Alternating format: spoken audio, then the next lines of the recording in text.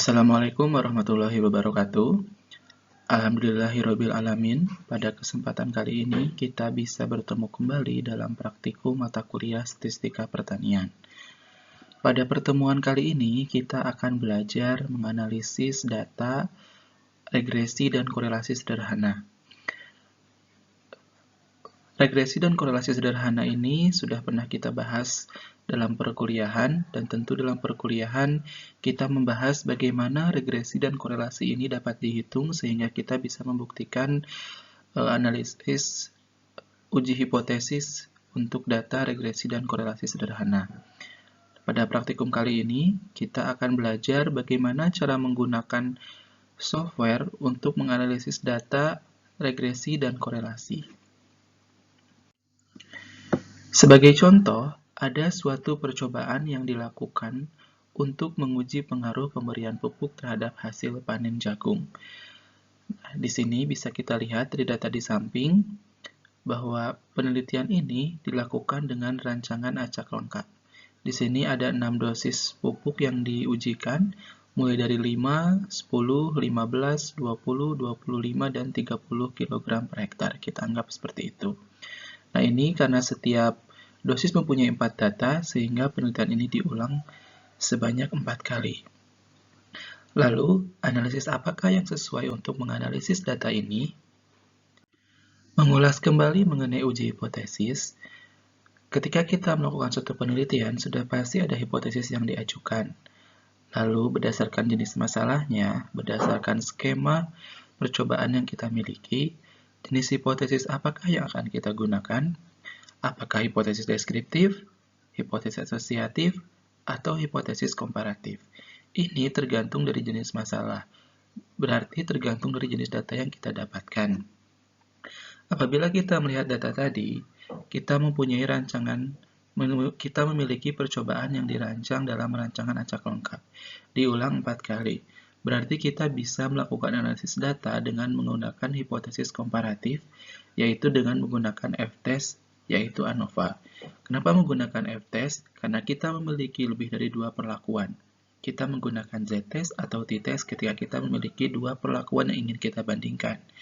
Di sini kita punya 6 perlakuan, yaitu dosis pupuk ada 6 dosis yang diulang 4 kali, sehingga kita mempunyai 6 kali 24 ada 24 unit percobaan, sehingga kita bisa menganalisisnya dengan menggunakan F-test, ANOVA, atau Analysis of Variance.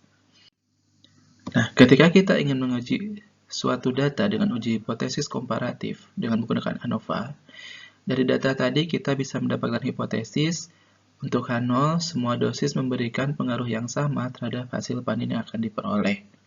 Atau bunyi H0 ini bisa kita tuliskan seperti ini.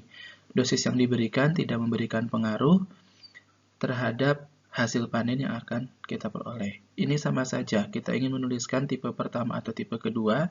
Yang jelas, dalam menuliskan hipotesis harus ada H0 dan juga H1.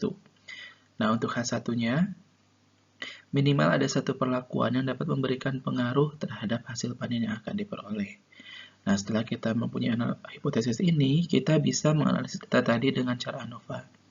Di sini saya tidak akan mengulas kembali bagaimana cara menggunakan ANOVA, tapi jika kalian ingin mencobanya, bisa kalian lakukan sendiri, entah menggunakan R-statistik, menggunakan Excel, atau menggunakan SAS atau SPSS.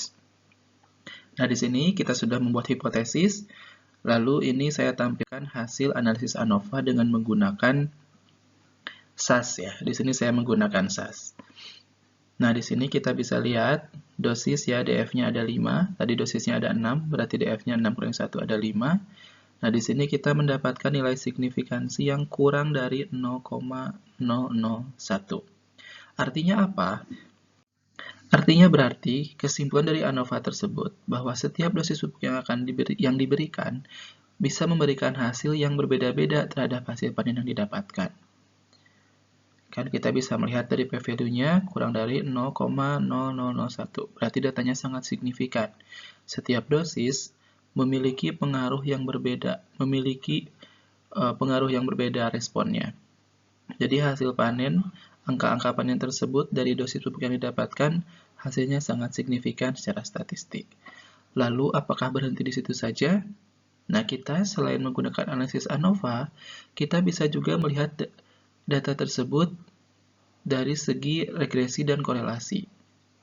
Selain kita menganalisis dengan hipotesis komparatif, kita juga bisa menganalisisnya dengan hipotesis asosiatif melalui analisis regresi dan korelasi sederhana. Mengapa kita menganalisis dengan regresi dan korelasi? Karena dari data tadi kita bisa melihat kecenderungan. Apakah semakin banyak dosis yang diberikan, hasil panennya semakin banyak, semakin tinggi, atau malah sebaliknya, semakin banyak dosis justru hasil panennya semakin turun. Nah, dari sinilah kita bisa melihat dosis yang tepat untuk diujikan pada praktek budidaya pertanian. Jadi, selain kita menguji dengan ANOVA, kita bisa menganalisis juga dengan regresi dan korelasi. Jadi, jika ada suatu data, kita tidak semata-mata harus menganalisisnya dengan ANOVA saja, dengan regresi korelasi saja, atau kita bisa menggabungkan keduanya. Namun bukan berarti setiap data yang kita analisis dengan ANOVA bisa kita analisis dengan regresi dan korelasi. Sekali lagi saya tekankan, hal tersebut tergantung dari jenis data yang kita miliki. Dan kita lihat kecenderungan data tersebut. Apabila ada kecenderungan bisa dianalisis dengan regresi dan korelasi, maka bisa kita lakukan. Tapi, kalau kita masih penasaran, silahkan dicoba dan nanti bisa dilihat dari hasil interpretasinya. Lalu bagaimana kita melakukan analisis regresi dan korelasi dengan menggunakan software? Nah, yang pertama kita akan menggunakan R statistik. Sudah pernah dibahas ya dalam penelitian dalam praktikum sebelumnya bagaimana cara menginstal R statistik. Saya harap semuanya sudah menginstal sehingga bisa mengikuti langkah demi langkah yang sudah saya sajikan dalam video ini. Ini sedikit berbeda dengan yang diajarkan dengan Patvik ya. Apabila kita ingin menganalisis data dengan menggunakan R statistik, pertama kita input data dalam Excel seperti dalam tampilan ini. Jadi di sini ada dosis, ada panen. Ya, kita ketikkan seperti ini dalam Excel. Lalu setelah selesai kita ketikkan datanya dalam Excel, kita simpan dalam format CSV, delimited. Silakan mau disimpan di desktop, di direktori penyimpanan yang bisa kalian akses dan yang bisa kalian ingat dengan mudah. Jadi, silakan masukkan datanya. Setelah itu, di-save dalam format CSV. Apabila sudah disimpan, langkah selanjutnya adalah kita membuka R statistik. Mau menggunakan R statistik atau R Studio sama saja. Nah, di sini saya menggunakan R statistik. Nah, setelah R terbuka seperti ini, hal yang pertama kita lakukan adalah memanggil data yang telah tadi kita simpan. Caranya dengan mengetikkan instruksi seperti ini. Apabila ini telah diketikkan, kita bisa ketik Enter, klik Enter, lalu akan muncul tampilan seperti ini. Nah, di sini saya menyimpan data tadi dengan nama core. Ini saya singkat dari korelasi.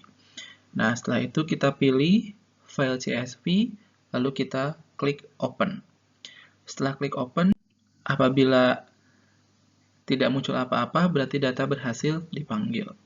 Nah, untuk melihat bagaimana hasil analisis regresi dan korelasinya, kita ketikkan dua perintah selanjutnya. Nah, ini setelah tadi memanggil data, ini adalah perintah yang kedua, ini adalah untuk perintah yang kedua ini untuk melakukan analisis. Kita melihat regresi dan korelasi antara dosis dan panen. Nah, lalu kita ketikkan summary dalam kurung dosis.panen, lalu akan keluar hasil seperti ini. Dan ini adalah hasil dari analisis regresi dan korelasi. Nah, di sini kita bisa melihat ya, ini adalah, nah kita melihat nilai koefisien korelasi dari adjust R square. Nah, 0,9552. Lalu, untuk melihat bagaimana sih untuk membuktikan apakah hubungannya ini positif atau negatif, kita bisa membuat grafik dari korelasi sederhana ini. Untuk membuat grafiknya, kita ketikkan perintah ini, plot dosis panen dari data yang kita buat. Setelah itu kita klik Enter, akan keluar grafik seperti ini. Nah, masih satu tahap lagi. Untuk melihat dari grafik ini, kita bisa melihat grafiknya menaik. Berarti artinya semakin tinggi dosis yang kita aplikasikan, hasil panen yang didapat juga akan semakin tinggi. Nah, untuk melihat kemiringan garis, kita ketikkan perintah align dosis ke panen ya. Ini intercept antara sumbu X dan sumbu Y. Nah, setelah kita ketikkan perintah ini, lalu kita bisa klik enter lagi, nanti akan keluar garisnya seperti ini. Nah, jadi kalau kita sudah mempunyai data yang sudah kita simpan dalam CSV, lalu kita simpan setiap perintah ini ya, mulai dari atas sampai selesai.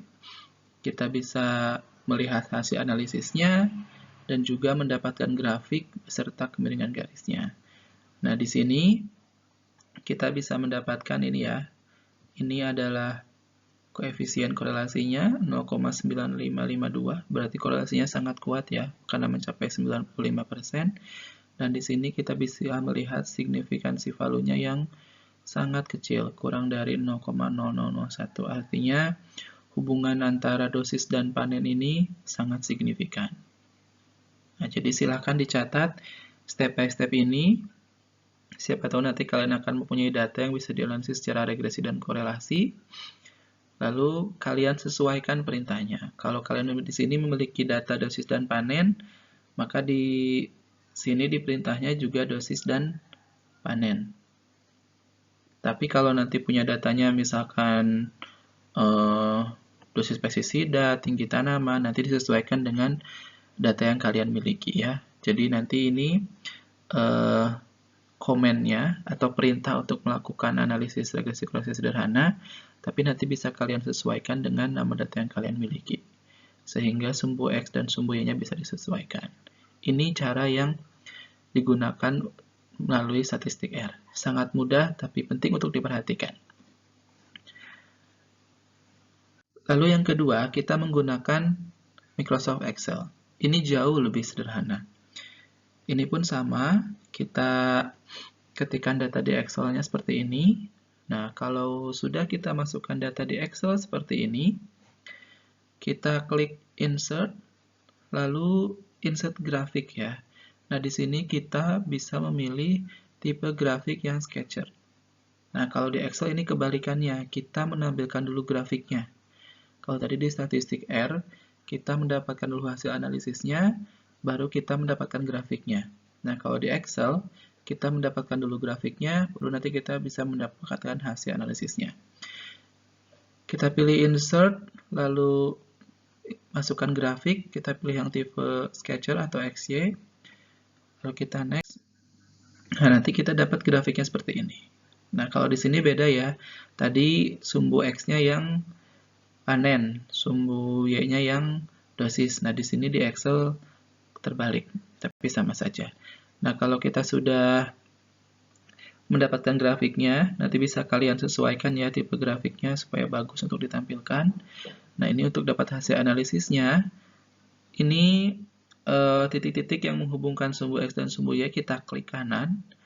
Nanti akan muncul seperti ini. Lalu kita klik Add Trend Line ya. Nah, kalau sudah dipilih Add Trend Line, nanti akan muncul ini, Formatting Graph.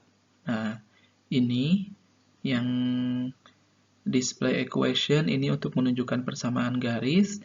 Nah, kalau Display R-Square untuk melihat hasil koefisien korelasinya. Nah, nanti kalau sudah dicentang dua itu akan muncul ini. 2 persamaan garis dan R kuadrat. Jauh lebih sederhana. Lalu, apa bedanya analisis R statistik dengan Microsoft Excel? Nah, ini ya.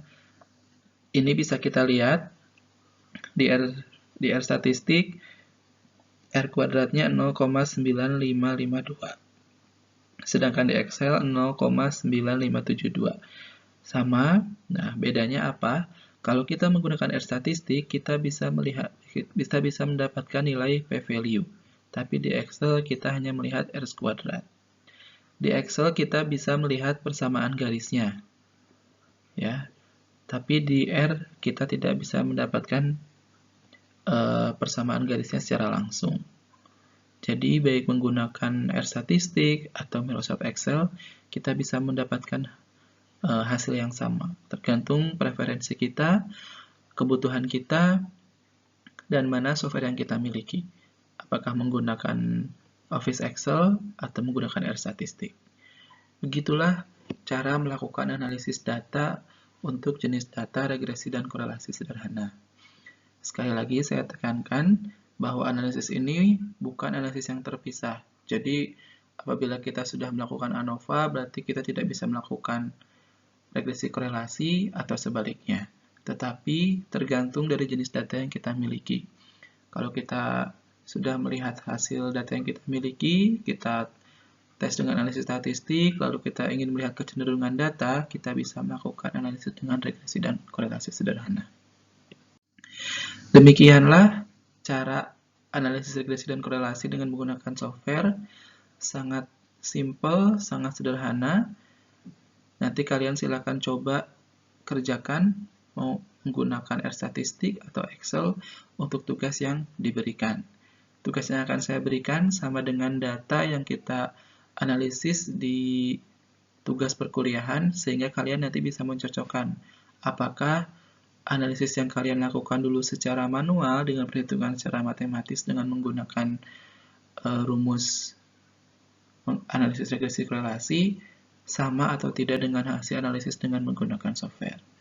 Demikianlah, terima kasih atas perhatiannya. Assalamualaikum warahmatullahi wabarakatuh.